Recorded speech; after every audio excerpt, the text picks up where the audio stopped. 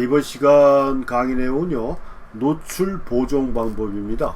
그러니까 노출 보정 방법이라는 게 뭡니까? 제가 이것도 몇 번 계속 강조해서 말씀드렸던 건데, 우리가 카메라에서 결정해주는, 그러니까 플러스 마이너스 중간에 제로가 있다라고 그랬지 않습니까? 커서가 제로 포인트에 오게 되면 그게 적정 노출이라고 이렇게 말씀드렸는데, 그 적정 노출의 기준이 뭐라고 그랬어요? 기계적인 적정 노출이라고 그랬어요. 그러니까 사진가가 원하는 결과물이라기보다는 카메라에서 지시해주는 기계적인 적정 노출이기 때문에, 그 적정 노출을 기준으로, 기계적인 노출을 기준으로 해서 사진가가 표현하고자 하는 이미지에 맞는 노출로 바꿔준다라는 얘기도 될 수가 있다라는 얘기입니다.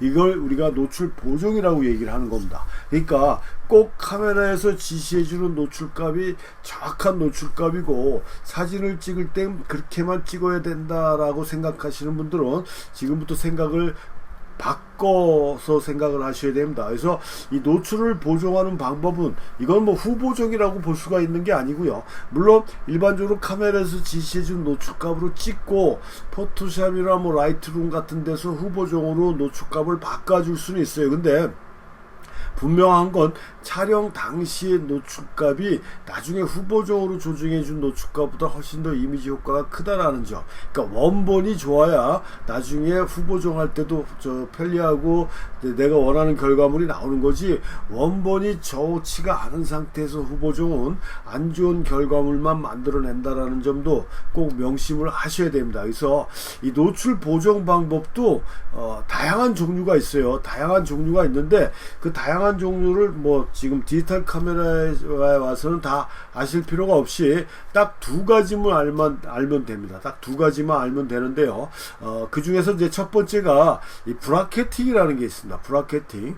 뭐 후지 카메라 같은 경우는 브라켓팅이 종류가 되게 많아요. 뭐 화이트 바란스 브라켓팅, 초점 브라켓팅. 뭐 일반적으로 우리가 브라켓팅 하면 지금까지는 노출에 대한 걸로만 필름 사진에서는 이해를 하고 사용을 해왔었는데, 카메라 사진이 디지털화 되면서 이 브라켓팅의 용도가 다양해졌다라는 거, 이게 이 좀 특징이라면 할 수가 있는데, 아무튼 이 브라켓팅이라는 게 뭐냐면 그 적정 노출, 그러니까 적정 노출보다 사진을 적정 노출보다 언더 오버로 빛을 나눠서 찍어주는 거예요. 그러니까 몇 장을 찍는 거죠. 한 가지의 대상을 놓고 노멀로도 찍어보고 마이너스로 찍어보고 플러스도 찍어보고, 하다못해 마이너스 2분의 1 마이너스 1 플러스 2분의 1 플러스 1, 그 다음에 노멀에서 5장을 찍는다든가 뭐 이렇게 해서 빛을 여러 단계로 나눠서 찍다가 보면은 카메라에서는 중앙 노멀로 찍었을 때가 적정이다라고 지시를 해줬지만,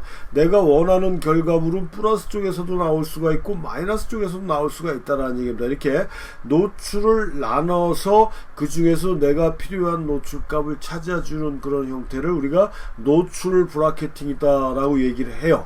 그래서 요즘 나오는 디지털 카메라는, 이것도 이제 메이커나 모델명에 따라 틀리지만 자동 브라켓팅 해주는 카메라들도 상당히 많아졌다라는 얘기입니다. 그걸 뭐 3분의 1 스텝으로 할 거냐, 2분의 1 스텝으로 할 거냐, 한 스텝씩 브라켓팅 할 거냐, 그 다음에 뭐 3장으로 할 거냐, 5장으로 할 거냐, 이렇게 세팅하게 돼 있어요. 그렇게 되면은 셔터를 누르면은 그 어떤 카메라는 만약에 3장으로 했다 하면 3장이 착각착각 해갖고 또 노출을 나눠서 3장이 자동으로 찍히는 카메라도 있는가 하면은, 어떤 카메라들은 3번을 눌러줘야 돼요. 노출값 바꾸지 않은 상태에서. 그러면 노출은 카메라가 알아서 바꿔주면서 사람이 셔터만 눌러주는 거예요. 이런 식으로 작동 방법이나 이런 건 틀리지만 결과물은 같다. 그래서 이런 브라켓팅을 이용해주면 내가 원하는 결과물을 좀 더 쉽게 접근할 수가 있다 라는 점입니다. 이런 걸 우리가 노출 브라켓팅이라고 얘기를 하는데, 이 방법을 이용하면 좀 더 쉽게 대상에 표현하는데 도움이 되겠죠. 그래서 필름 사진에서는 이 브라켓팅을 아주 중요한 경우가 아니면 잘 쓰질 않았어요. 왜냐하면 필름이 들어가잖아요. 필름 소비가 되다 보니까 쉽게 결정을 내리고 할 수 있는 상황은 아니었는데, 중요한 거 빼고는 디지털 카메라 같은 경우는 뭡니까, 이 필름이 들어가는 게 아니잖아요. 물론 그렇게 하다 보면 촬영 카트가 많아지니까 카메라의 수명이 단축될 수도 있겠지만, 그 정도로 했다라 해서 카메라 수명이 그렇게 쉽게 단축되는 건 아니니까, 이 브라켓팅 하는데 그렇게 심적으로 경제적으로 부담이 없다라는 점이라서, 정확한 노출을 얻고자 하시는 분들은 이런 브라켓팅 방법을 이용해서 노출을 언더오버로 찍어 보시는 것도 좋다라는 점인데, 제가 다른 강의에도 말씀드렸지만 참고로 다시 한번 말씀드리면, 노출은 우리가 사용하는 일반적으로 소형 디지털 카메라 같은 경우는 필름 카메라도 마찬가지고요, 3분의 1 스텝의 노출 차는 거의 표가 안 납니다. 그러니까 3 플러스 3분의 1 플러스 3분의 2 요거는 차이가 안 난다는 얘기예요. 기본적으로 아주 미세한 차이는 언제부터 나냐면 반 스텝부터 차이가 난다라고 생각을 해주시면 좋아요. 그래서 카메라마다 그것도 틀리겠지만 3분의 1 스텝으로 설정하는 카메라도 있고, 3분의 2분의 1로 설정할 수 있는 기능을 갖고 있는 카메라들도 있어요. 저 같으면 가능하면 그냥 복잡하게 세분화 시키지 않고 그냥 노출 범위를 2분의 1 스텝으로 변화되는 단계로, 그러니까 5.6과 2분의 1, 8과 2분의 1, 11 이런 식으로 넘어가는 게 훨씬 더 편리하고 사용하기가 좋다라는 얘기입니다. 3분의 1로 하게 되면 이게 지금 노출값이 몇으로 설정이 되는지 헷갈릴 때가 많거든요. 또 그 점도 같이 참고를 해주시면 되고, 그 다음에 브라켓팅 이외에 노출 보정 다이얼이 있지 않습니까? 여기 소니나 후지 같은 경우는 이렇게 밖으로 이렇게 돌출이 되어 있어요. 돌출이 되어 있어서 라이카도 그런가 제가 또 기억이 가물가물한데, 제로에서 플러스 쪽으로, 이게 지금 3분의 1 단계지 않습니까? 3분의 1 플러스 3분의 1 플러스 3분의 1 1과 3분의 1, 1과 3분의 2 이런 식으로 넘어가는 거거든요. 그러니까 플러스 쪽으로 세팅을 해주면 사진이 오버가 되는 거고, 마이너스 쪽으로 설정을 해주면 사진이 부족이 되는 거예요. 그러니까 저 같은 경우는 예를 들어 칼라 사진을 찍는다 그러면은 항상 칼라는 최소 마이너스 3분의 2단계, 아니면 2분의 1 스텝 정도, 필름 카메라 같은 경우는 좀 심한 경우에는 마이너스 1까지 부족으로 요 다이아를 고정시켜 놓고 사진을 찍습니다. 그렇게 되면 그 색감이 좀 더 진하게 묘사가 되는 거거든요. 그러니까 그게 바로 주관적인 노출이라는 얘기예요. 기계적인 적정 노출은 뭡니까? 제로라는 거라고 그랬지 않습니까? 하지만 나는 내가 찍고자 하는 이미지는 오버 쪽이 훨씬 더 나한테 맞다 싶을 때는 오버로 설정해 놓고 찍으시면 되는 거예요. 플러스 쪽으로. 아니면 약간 깊이 있고 무기 있고 묵직한 느낌으로 부족으로 처리하고 싶다고 마이너스 쪽으로 설정을 해놓고 찍으시면 돼요.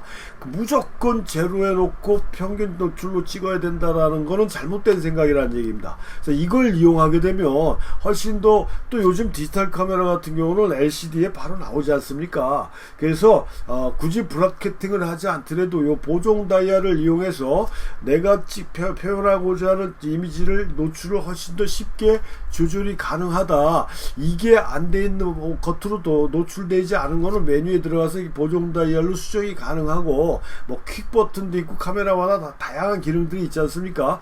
그걸 이용해서 노출 보정 다이얼을 요걸 사용해 주신다 그러면은 좀 더 쉽게 노출 보정이 가능하다라는 점.